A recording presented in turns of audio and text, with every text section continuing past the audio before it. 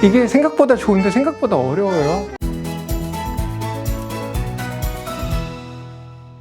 안녕하세요. 비뇨기과 전문의 한병규입니다. 저는 문기혁 선생님과 함께 전립선 비대증 진료 수술 열심히 하고 있는데, 제가 최근에 2025 대한민국 비만 팩트시트라는 자료를 봤어요. 제가 생각했던 것보다 비만의 유병률이 높아서 걱정스러운 면이 있었습니다. 그래서 오늘은 비만이 전립선 비대증에도 영향을 미치는지 말씀을 드리려고 합니다. 우리나라 성인의 비만의 유병률은 생각보다 높아요. 전체 38.4%. 그런데 남자가 여성보다 훨씬 높아서 남자가 49.8%, 여성이 27.5%. 생각보다 많은 수치죠. 비만은 외모나 미용의 문제가 아니라 다양한 만성질환에 영향을 미치기 때문에 문제가 되는 거잖아요. 비만이 최근 3년 동안에 우리나라에서 이제 더 늘지 않고 정책이라고는 하는데, 30대, 40대 남성 그리고 남녀 모두에게서 젊은 연령군에서 비만이 늘고 있다는 것은 굉장히 우려스러운 점입니다. 비만인 경우는 고혈압, 당뇨, 고콜레스테롤 혈증, 고유산증, 다양한 질환의 위험도를 높이고 악화시키는 독립된 나쁜 예후인자인데요. 전립선 비대증도 마찬가지입니다. 저는 주로 전립선 비대증 환자를 중점적으로 보다 보니 60대, 70대 남자 어르신을 주로 진료를 하게 되거든요. 60대는 39%, 40%, 70대에도 1단계 비만이 35% 정도로 생각보다 굉장히 높은데 저도 놀랐습니다. 저도 이번에 알았거든요. 그렇다면 비만이 전립선 비대증에도 영향을 미칠까? 이런 연구를 한 논문이 있어요. 이게 테네시의 반더빌트 의과대학에서 나온 논문인데, 반더빌트 의과대학이 비뇨기과가 좀 앞서 나가는 그런 대학이거든요. 191명의 남성을 비만도에 따라서 나눴어요. 그래서 가장 비만 인군과 비만이 아닌 인군을 비교했을 때 가장 비만인 사람들이 전립선 크기가 최대 9g까지, 그러니까 5.5에서 9g 정도 전립선이 더 컸다 그래요. 그리고 특히 우리가 복부 비만이 문제잖아요. 배가 많이 나오는 복부 비만이 있는 경우에는 전립선 비대증의 증상이 심할 확률이 그렇지 않을 경우보다 2배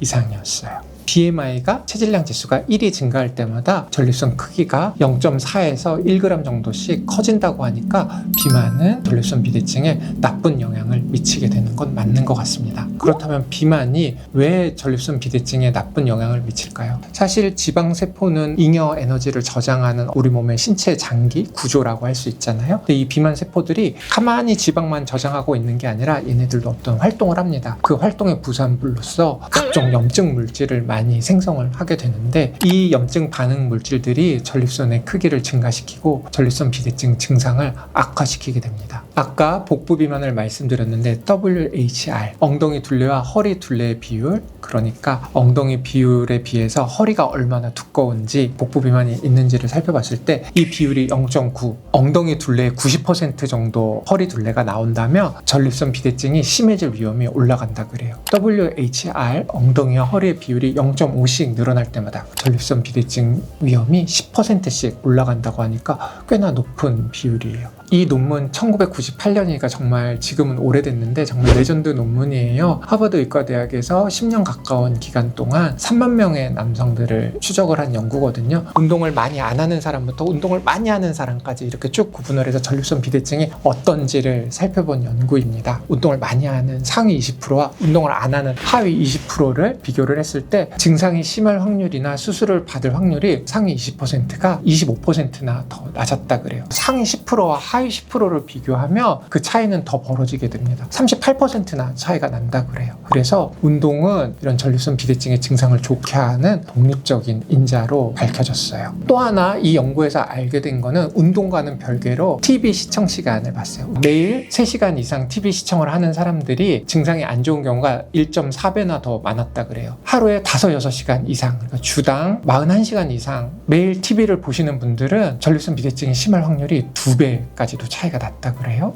그래서 오래 앉아있는 좌식 생활이 전립선 비대증에 안 좋은 것은 맞는 것 같습니다. 그렇다면 운동이 왜 전립선 비대증 증상을 완화해주냐? 꾸준한 유산소 운동은 교감신경 활성을 낮춰주거든요. 교감신경이라고 하면 우리가 화들짝 놀랬을 때 나오는 신체 반응, 그게 교감신경 반응이잖아요. 맥박수가 올라간다든지 호흡이 가빠지고 몸에 열이 나고 눈이 커지고 그런 것들이 교감신경 반응인데, 이 교감신경의 활성이 올라가면 전립선 부위가 이렇게 확 수축하게 되거든요. 전립선 비대증 같은 증상이 안 좋아지기 마련인데, 꾸준한 운동이 교감신경 활성을 낮춰주기 때문에 전립선 비대증의 재반 증상을 좀 좋게 할 수 있다는 근거가 됩니다. 걷기 운동만으로도 충분한 이득을 보실 수가 있고요. 너무 한 자세로 오래 계시지 말고 1시간에 잠깐 일어나셔서 스트레칭 해주시고 걸어주시는 것도 큰 도움이 됩니다. 그리고 체지방, 복부지방 관리해 주시는 것도 무엇보다 중요하고요. 그렇다면 운동은 어느 정도 해야 될까요? 세계보건기구에서는 중강도 운동을 일주일에 150에서 300분, 고강도 운동을 75분에서 150분 정도를 권하고 있거든요. 중강도 운동이라고 하면 숨이 차서 말은 할 수 있지만 노래는 못 부르는 정도.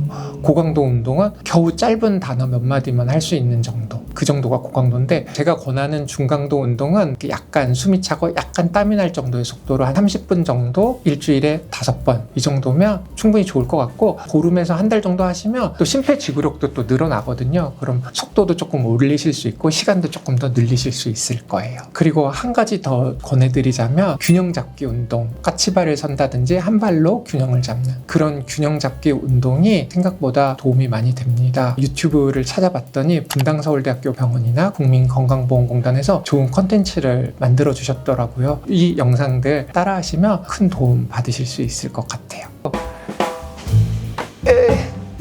짜! 이게 생각보다 어렵다니까? 정리하면, 비만일수록 복부지방이 심할수록 전립선 비대증의 위험과 증상은 심해지게 마련입니다. 전립선은 나이와 함께 커져서 우리가 이것을 피할 수는 없어요. 그렇지만 우리가 선택하는 생활 습관은 이 곡선의 기울기를 바꿀 수가 있습니다. 오늘부터 이 3가지만 실천해 보세요. 매일 30분 빠르게 걷기, 오래 앉아있지 않기, 허리둘레 관리하기. 그리고 증상이 있으시면 가까운 비뇨의학과 전문의 선생님과 꼭 상의를 해보시기 바랍니다. 나에게 맞는 지속 가능한 계획 세워보시면 어떨까요? 오늘 준비한 내용은 여기까지고요. 지금까지 시청해주셔서 감사합니다.